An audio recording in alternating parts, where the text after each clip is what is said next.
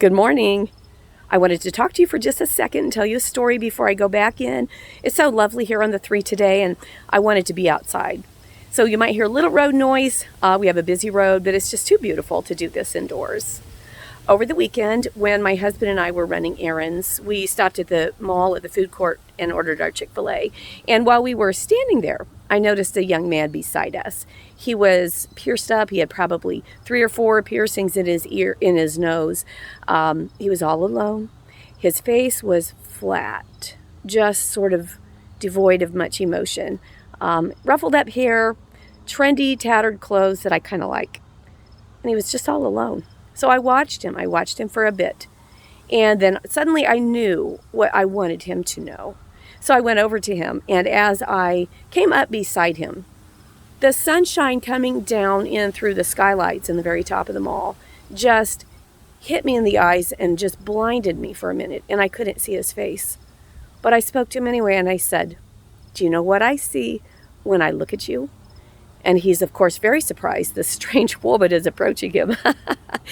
And he said, "What?" And I said, "As I'm blinded by the light, I see that you have a bright future. I mean it." He moved a bit, and all at once I could see his face. And the loveliest smile appeared. Not just a fleeting, "Oh, I hear you, stranger lady," and moving on to get his order, because they called his name. It was a smile that transformed his face. He went and he got his food, and when he came back, he looked at me and he was still smiling. And I smiled right back, and I just gave him a little wave over my shoulder like I do. And I felt the light reflecting back onto me. So what I wanted you to know about that is that I don't know that young man's history. I don't know his past. I don't know his present.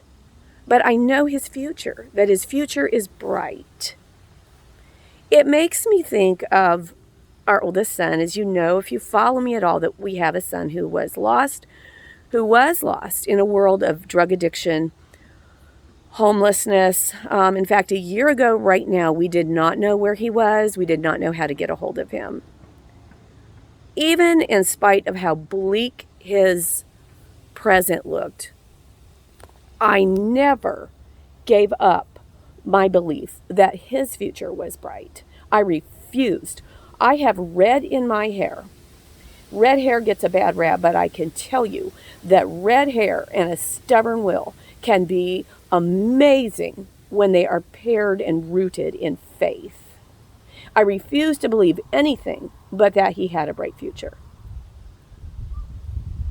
We did not know where our son was, but God knew exactly where our son was, and he knew when to pull him out of the pit that he was in.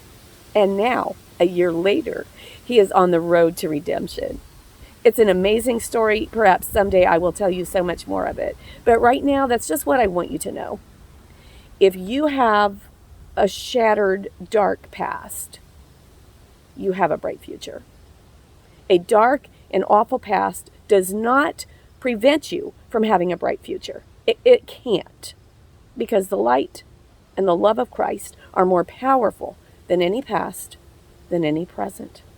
So whether this is something you need to know for yourself today, or whether you need to know it for a loved one, I want you to hear me plainly and clearly. You have a bright future. I want you to love and know the God that I know and love, who has given me and my family a very bright future. And he's also transformed our present. You can trust him with your past, your present, and your future. I love you.